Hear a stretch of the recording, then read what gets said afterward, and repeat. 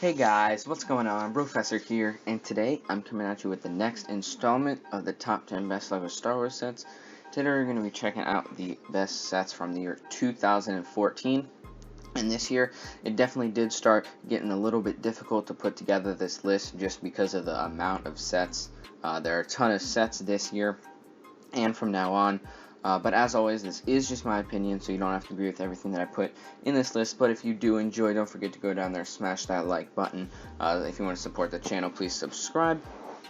And then leave a comment down below letting me know what your selections for this year would be.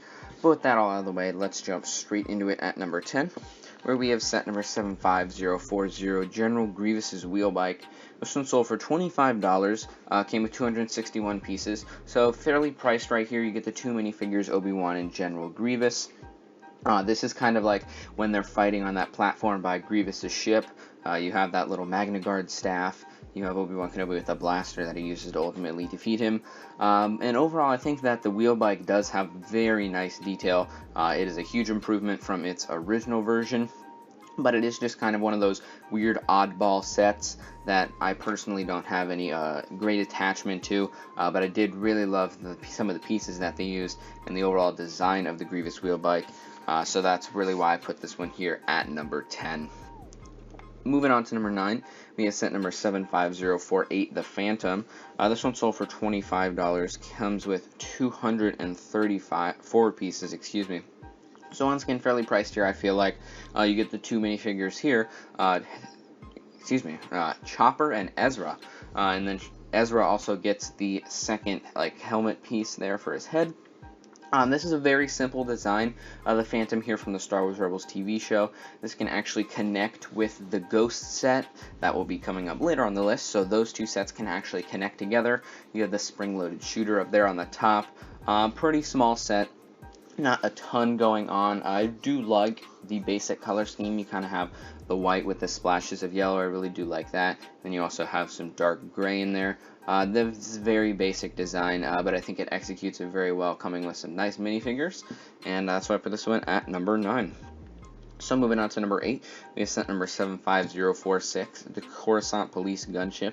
This one sold for $50, came with 481 pieces, and while this may not be a favorite for most people, for whatever reason, whenever I saw this in the Clone Wars TV show, I really just loved this ship design. I also really love the color scheme. I love anything with this kind of like dark blue, and I think it also has a little kind of teal to it. And then you also have some yellow, and I love the trans red that is used up there at the front. It looks absolutely amazing. You have two spring-loaded shooters up there at the top, so nice little playability.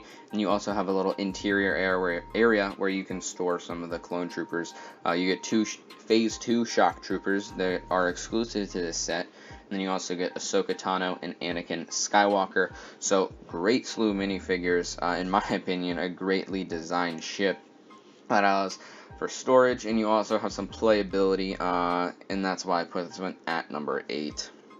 So moving on to number 7, we set number 75052, the Mos Eisley Cantina.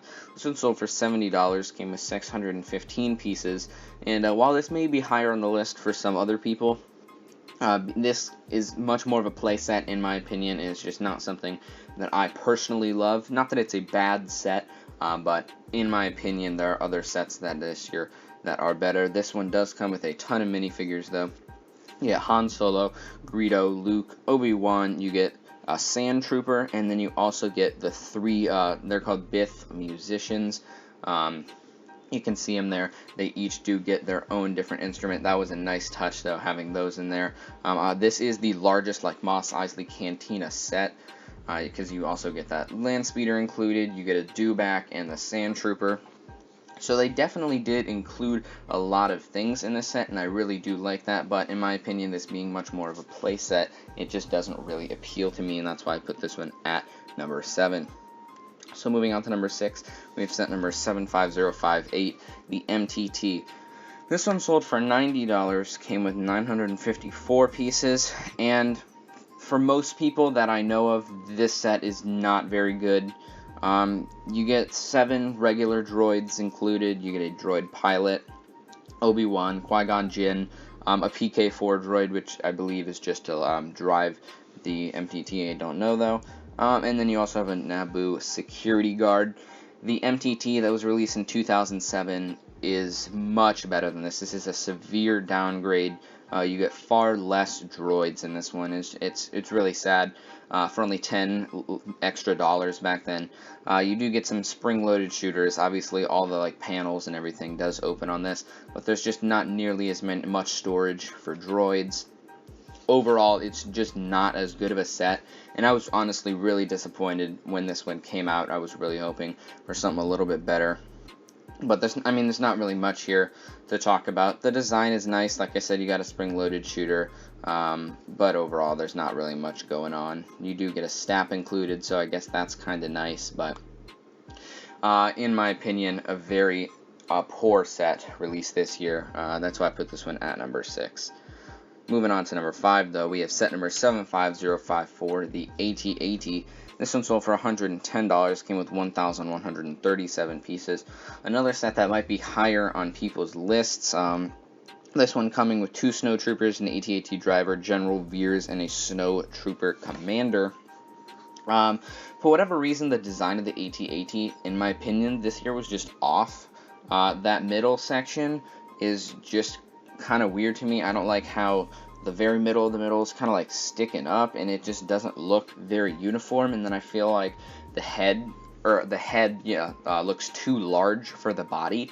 I feel like it almost takes up the same amount of space. It just doesn't look right to me. There's a very nice detailing there on the head of the AT-AT, but it's just a little bit too large for me. And then the way the body is shaped. And then nothing really much wrong with the legs. Obviously, there's that nice mobility that allows you to move those. You get some more spring-loaded shooters in this set. So nothing wrong with that there. It's really just the scaling of the head and the shape of the body that are really throwing this one off for me, and that's why I put this one at number 5. Moving on to number 4, we have set number 75043, the AT-AP. This one sold for $60, came with 717 pieces, so nice price per piece there. This one comes with not two droids, just the one regular droid, and then you also have the droid commander, Super Battle Droid, Chief Tarful, and Commander Gree in his Phase 2 clone armor from Kashyyyk.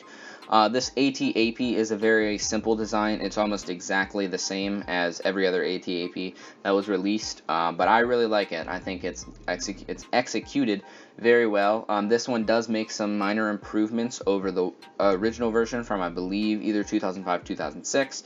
You get the nice spring-loaded shooter on the top. Overall, just that gun area on the top is greatly improved.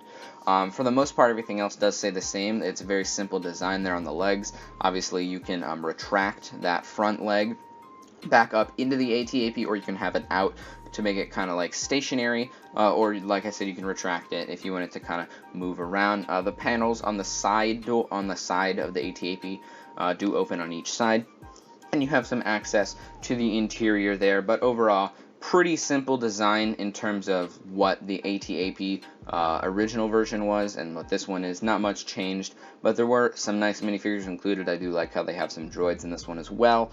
They definitely expanded upon it, and that's something that you always like to see, and that's why I put this one at number 4. So moving on to number 3, we've set number 75053, the Ghost. This one sold for $90, came with 929 pieces, and came with the minifigures Hera, Kanan, Zeb, and a Stormtrooper.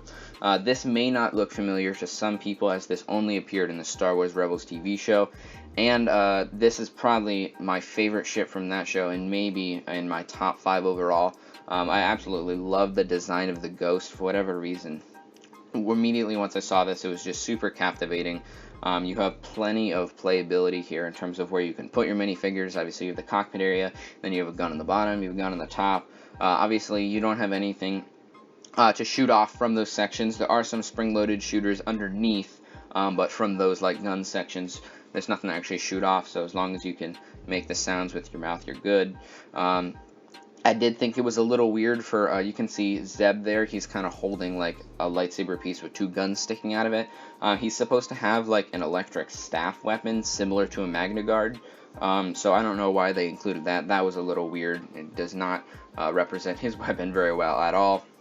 But the color scheme of the Ghost, the overall design, some playability there, and the great displayability. Overall, obviously, you also get some great minifigures. And my personal love for this ship puts this one at number 3. So moving on to number 2, we have set number 75055, the Imperial Star Destroyer.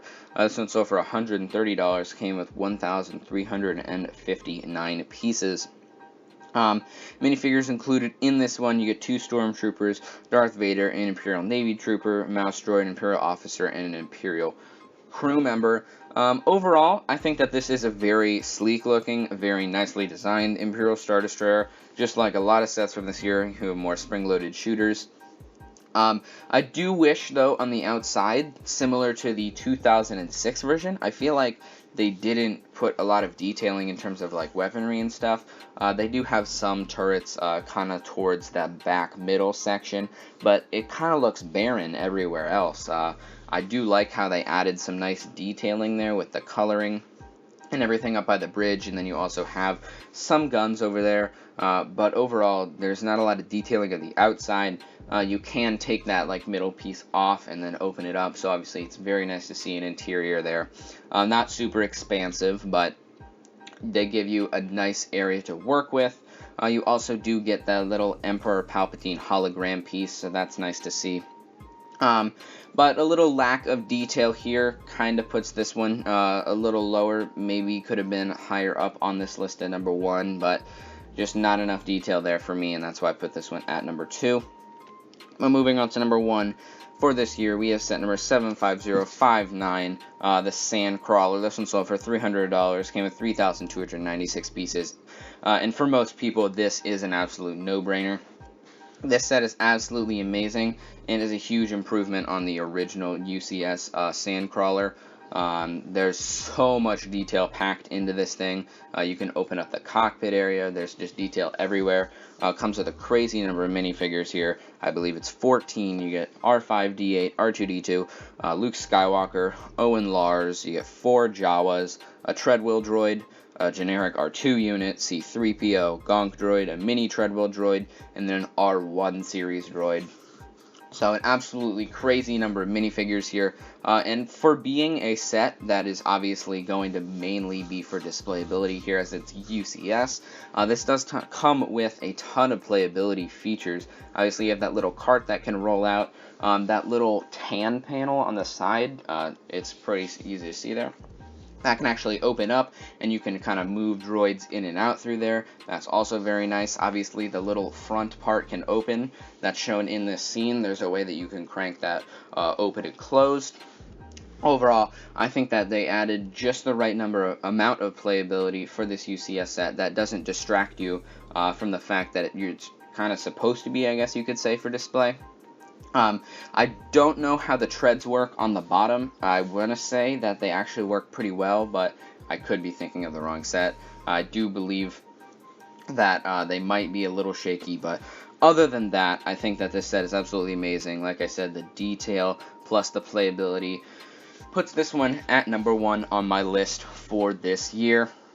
But guys, that'll be pretty much it for this video. If you did enjoy, don't forget to go down there, smash that like button. If you want to support the channel, please consider going down there and subscribing. And leave a comment down below letting me know what you thought of this list. And I'll see you guys in the next one. Peace.